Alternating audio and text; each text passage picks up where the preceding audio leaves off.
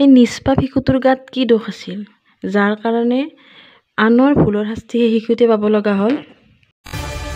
আৰক্ষীৰ গাড়ীয়ে শৰাইঘাটৰ দ্বিতীয়খন দলঙত সংঘটিত কৰিলে এক ভয়ংকৰ দুৰ্ঘটনা। ভুল দিশৰ পৰা গৈ তীব্ৰ জোৰে খুন্দা মাৰিলে এখন বাহনত। তাৰ পাছতে সংঘটিত হ'ল ভয়ংকৰ দুৰ্ঘটনা। যান জঁটৰ সৃষ্টি হ'ল শৰাইঘাটৰ দ্বিতীয়খন দলঙৰ ওপৰত। আৰক্ষীৰ অনাকাংক্ষিত ভুলৰ বাবে আৰক্ষীৰ বাহনে খুন্দিওৱা সেই বাহনখনৰ এগৰাকী কণমানিৰ মূৰত গুৰুতৰভাৱে জখম হ'ল, আঘাতপ্ৰাপ্ত হ'ল আৰু মূৰ ফাটিল। এনেদৰে আৰক্ষীৰ কাণ্ডজ্ঞানহীনতাৰ বাবে গুৱাহাটী চহৰৰ মাজমজিয়াৰ যি গুৱাহাটীৰ শৰাইঘাটৰ দ্বিতীয়খন দলং আছে, এই দ্বিতীয়খন দলঙৰ ওপৰত আজি হ'ল এক অনাকাংক্ষিত ভয়ংকৰ দুৰ্ঘটনা। আঘাতপ্ৰাপ্ত শিশুগৰাকীৰ বাদে অইন যাত্ৰীসকল কোনোমতে প্ৰাণ ৰক্ষা পৰিল আৰক্ষীয়ে খুন্দিওৱা বিপৰীত দিশৰ বাহনখনৰ। ইতিমধ্যে ভুল দিশেৰে গৈ থকা আৰক্ষীৰ বাহনখনৰ আৰক্ষীসকলে ভুল স্বীকাৰ কৰি শিশুগৰাকীক ততাতৈয়াকৈ চিকিৎসালয়লৈ ভৰ্তি কৰে।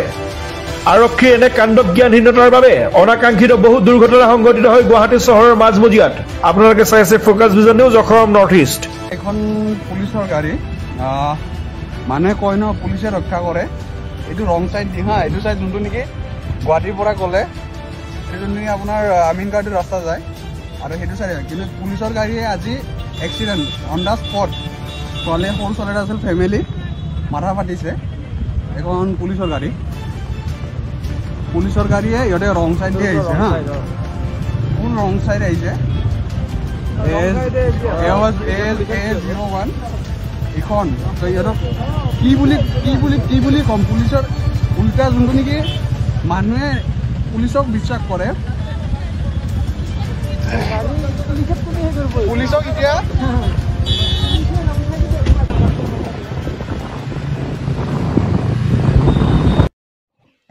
সঁচাকৈ বহুত বেছি দুখ লগা ঘটনা।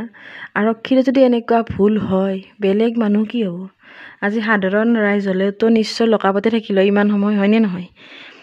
এটাই প্ৰাৰ্থনা কৰিছোঁ যে শিশুটো যাতে সুস্থ হয়। সেই শিশুটোৰ গাততো একো দোষ নাছিল, সেইটো নাজানে ন, কিন্তু আৰক্ষীৰ ভুলৰ শাস্তি সেই নিষ্পাপ শিশুটোৱে পাব লগা হৈছে, হয়নে নহয়?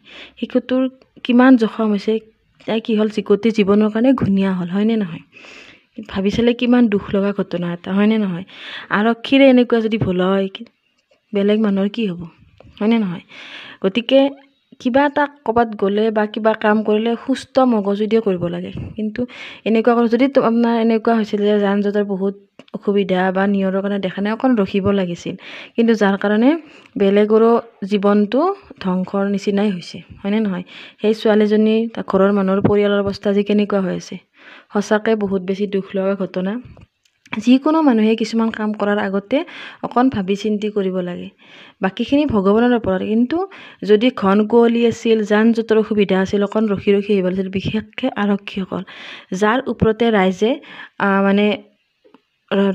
হেৰি কৰি থাকে, মানে কি ৰাইজে ধৰিবিলাক অপৰাধত ধৰিব বুলি এৰি দিয়ে বা সুৰক্ষিত বুলি ভাবে ৰাইজ, হয়নে নহয়? কিন্তু সেই আৰক্ষীৰ বিষয়ে যদি বা আৰক্ষীয়ে এনেকুৱা হয়, আৰক্ষীৰ গাড়ীতে যদি শিশু বা মানুহৰ এনেকুৱা মানে বেয়া এটা কিবা হয়, তেতিয়া আমি কি হ'ব? মানে সঁচাকৈ বহুত বেছি দুখ লগা ঘটনা, খুব বেয়া লাগিছে ঘটনাটো শুনি। ভগৱানক এটাই প্ৰাৰ্থনা কৰিছোঁ যে সেই নিষ্পাপ শিশুটো যাতে সুস্থ হয়, সেইখিনিয়ে প্ৰাৰ্থনা কৰিছোঁ। আৰু এই যিসকলৰ অকণ দুখ পাইছে, আঘাত পাইছে, তেওঁলোকক যাতে ভগৱানে অতি সোনকালে সুস্থ কৰি দিয়ে। ঠিক আছে, মোৰ ক'ব লগাখিনি ইমানেই। আপোনালোকৰ যদি কিবা ক'ব লগা আছে কমেণ্ট বক্সত কমেণ্ট এটা কৰিবলৈ নাপাহৰিব। আৰু যিসকলে মোৰ চেনেল নতুনকৈ আহিছে প্লিজ মোৰ চেনেলটো ছাবস্ক্ৰাইব কৰি দিব, কাষতে থকা বেল আইকনটো টিপি দিব। ঠিক আছে, ভগৱানে আপোনালোকক মংগল কৰক। জয় আই অসম।